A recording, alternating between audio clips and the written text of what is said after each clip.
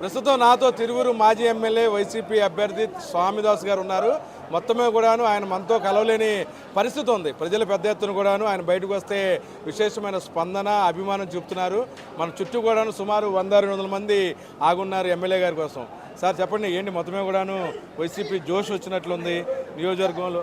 ఇక్కడ మేము చేసేది ఏం లేదు, కానీ జగన్మోహన్ రెడ్డి గారు చేసిన సంక్షేమ కార్యక్రమాలు, ముఖ్యంగా నవరత్నాలు బాగా మా దళిత వాడల్లో పేద ప్రజలకి అందినటువంటి బెనిఫిట్స్ ఏవైతున్నాయో ఆయన చేసిన మేలు ఆ విధంగా ప్రజల్లో స్పందన రావడానికి కారణమైంది.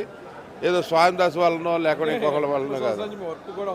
30 సంవత్సరాలు ప్రజల్లో ఉంటున్నాను కాబట్టి ఇంకా ఎక్కువగా నేను పేదల పక్షాన ఉన్నాను కాబట్టి నన్ను ఓన్ చేసుకుంటున్నారు. అది నన్ను ఓన్ చేసుకోవటం అది కాన్స్టిట్యున్సీలో నాకు ఒక అది వరంగా, ఎందుకంటే నేను స్థిర నివాసం ఇక్కడ ఏర్పాటు చేసుకొని ఇక్కడ ఉన్నామండి.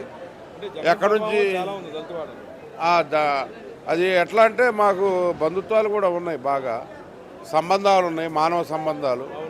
నేను శత్రువు కూడా మిత్రుడిగా భావించే వెళ్తూ ఉంటాను అన్ని విషయాల్లో. నేను అపోజిషన్ వాళ్ళు కూడా ఏదైనా శుభకార్యాలు కానీ అశుభకార్యాలు కానీ ఏదైనా అపోజిషన్ వాళ్ళు పిలిచినా వెళ్తూ ఉంటాను. నాకు తెలిస్తే వాళ్ళని పరామర్శిస్తూ ఉంటాను. అది నాకు ప్రవృత్తి. నాకు ప్రజలతో గడపటం అనేది చాలా ఇష్టమైన విషయం అన్నమాట. ప్రజా సమస్య, ఒక సమస్య పరిష్కారం చేస్తే వాళ్ళ ముఖంలో ఆనందం చూస్తే నాకు కడుపు నిండినటువంటి తృప్తి. అది అందుకనే నన్ను ఓన్ చేసుకుంటున్నారు ప్రజలు. చెప్పండి, తిరువురులో టీడీపీ తరపున ఎవరైతే పోటీ చేస్తున్నారో వాళ్ళు విగ్రహాలు పాల్గొడతా ఉంటున్నారు, ఏదో రకంగా రచ్చ చేయాలని చూస్తున్నారు. అంటే వైసీపీ పార్టీ శ్రేణులకి నియోజకవర్గంలో నాయకులకి మీరు ఏం చెప్తున్నారు? నేను చెప్పేది ఒకటేనండి, ఇలాంటి అరాచకవాదులు లేకుంటే ప్రజాస్వామ్యానికి విలువనివ్వనటువంటి వాళ్ళు మొనార్కిజంగా ఏదో చెప్పులు పెట్టి డిబేట్లో కొట్టేవాళ్ళు, లేకుంటే తలాలు తీసుకురమ్మని అడిగేవాళ్ళు, ఇంకా తర్వాత విగ్రహాలు ధ్వంసం చేస్తామనేవాళ్ళు, అంటే విధ్వంసకారులాగా ప్రవర్తించేటటువంటి వాళ్ళ ప్రవర్తన. అదేవిధంగా మా యొక్క మంచితనం ప్రజలకు తెలుసు, మమ్మల్ని బందిపోట్లు అనేటటువంటి వాళ్ళు ప్రజలు ఆదరిస్తున్నారు. రేపు ఎవరు బందిపోటు?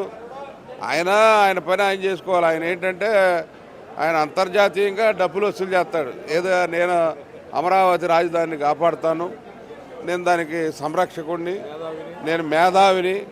ఈ కుహనా మేధావులంతా కూడా ఏదో అనుకుంటున్నారు. రేపు ప్రజలు తెలివి తక్కువ వారు కాదు. తిరువూరు నియోజకవర్గ విఘ్నులు ప్రజలు ఎప్పటి నుంచో ఈ ప్రాంతం చాలా అవగాహన కలిగినటువంటి, రాజకీయ చైతన్యం కలిగినటువంటి ప్రాంతం. ఇక్కడ మొట్టమొదట కమ్యూనిస్టులు ఇక్కడ ప్రథమ ఎన్నికల్లో కమ్యూనిస్ట్ పార్టీ తరఫున పేట రామారావు గారు ఎమ్మెల్యే అయ్యాడు. అప్పటి నుంచి పేట బాపయ్య గారు స్వాతంత్ర సమరయోధులు, ఆయన ఎమ్మెల్యే చేశారు.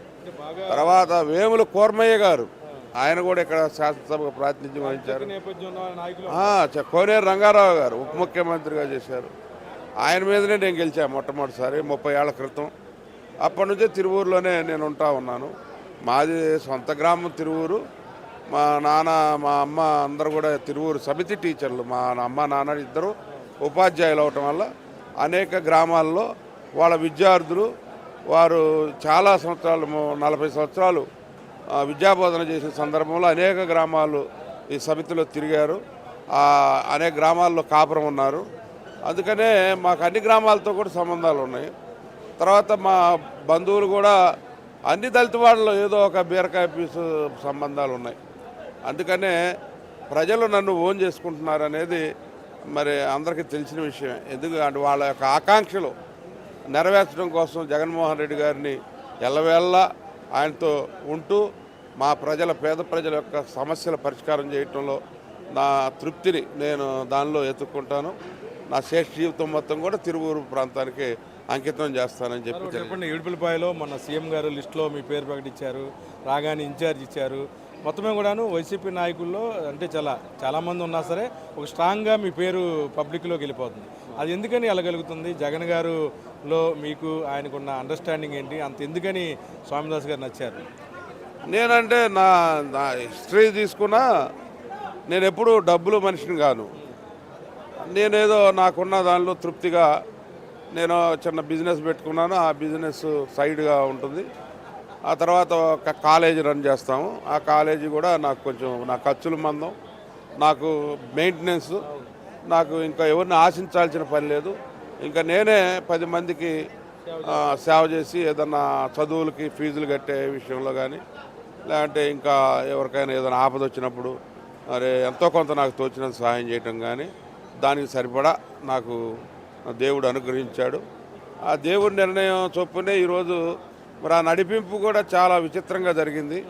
నేను పార్టీలో వాళ్ళు నన్ను నెగ్లెక్ట్ చేయటం, నన్ను నిరాదరణకు గురి చేసిన సందర్భంలో నాకు చెప్పకుండానే 30 ఏళ్ళు సర్వీస్ చేసినటువంటి నన్ను అడగకుండానే నా ఇన్ఛార్జిని వేయటం, తర్వాత నన్ను అడగకుండానే ఆయనకు కూడా హ్యాండ్ ఇస్తారు. అది అంతా కూడా మోసపూరిత విధానాలతో నడుస్తూ ఉంది. మరి అంతర్జాతీయంగా మరి ఈయన నాకు సంబంధాలు ఉన్నాయని రోజు నాకు డాలర్లు ఇవ్వండి, నాకు అది ఇవ్వండి, ఇది ఇవ్వండి అని రోజు రాత్రులు మెసేజ్లు పెడుతున్నాడు, మాట్లాడుతున్నాడు అని తెలుస్తుంది. అంతా ఈ అమరావతి భూములు ఉన్నోళ్ళు ఏమైనా చందాలు ఇస్తున్నారేమో తెలియదు. మరి ఆయన విలాసవంతమైన కారులో మరి తిరుగుతూ ఉన్నాడు. మరి ప్రచారంగా అది ఎక్కడ పడితే అక్కడ డబ్బులు కూడా మరి ఇన్కమ్ ట్యాక్స్ వాళ్ళు కానీ వీళ్ళు కానీ మరి ఆర్థిక స్థితి ఏంటో తెలియదు. కానీ అంటే మన మధ్యన పాస్టర్లకు కూడాను కవర్లు ఇస్తా కూడా దొరికిపోయారు, అంటే వీడియోలు కూడా వచ్చినాయి. దాని గురించి మీరు ఏమంటారు? అదే అంతగా అంటే ఆయనకి ఏదో బ్యాకింగ్ ఉంది. ఆయనకి అంతర్జాతీయంగా మరి అంటే అడుక్కునే తత్వం ఉంది. అంతర్జాతీయంగా ఫోన్ చేసి అడుగుతున్నాడంట.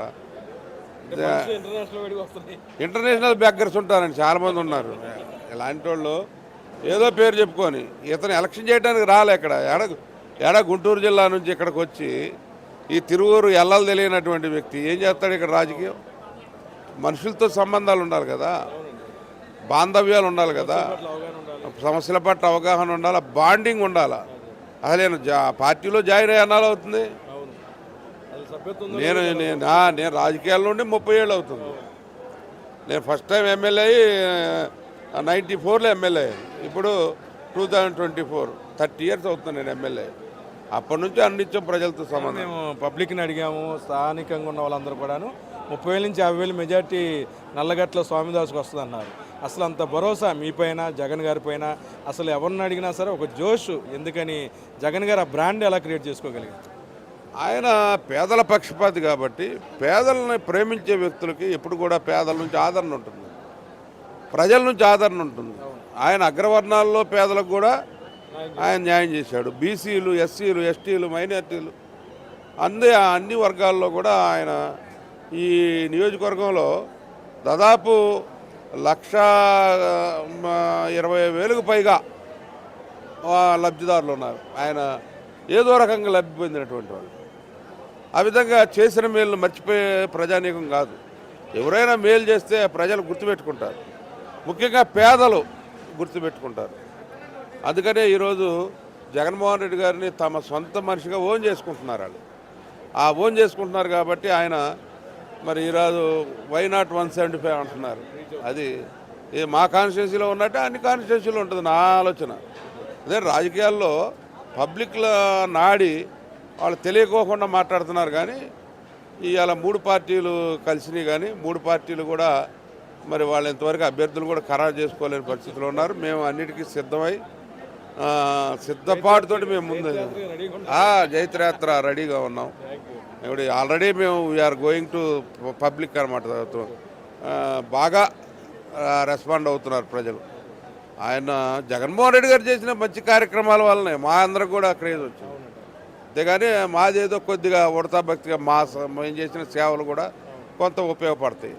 దాంతో ఈ నియోజకవర్గంలో ప్రజల యొక్క స్పందన వైఎస్ఆర్సీపీ పార్టీ పట్ల చాలా సానుభూతి పవనాలు ఇక్కడ ఉన్నాయి. ఇదే రాష్ట్రం మొత్తం కూడా ఉంటాయని నేను అనుకుంటున్నాను. Thank you.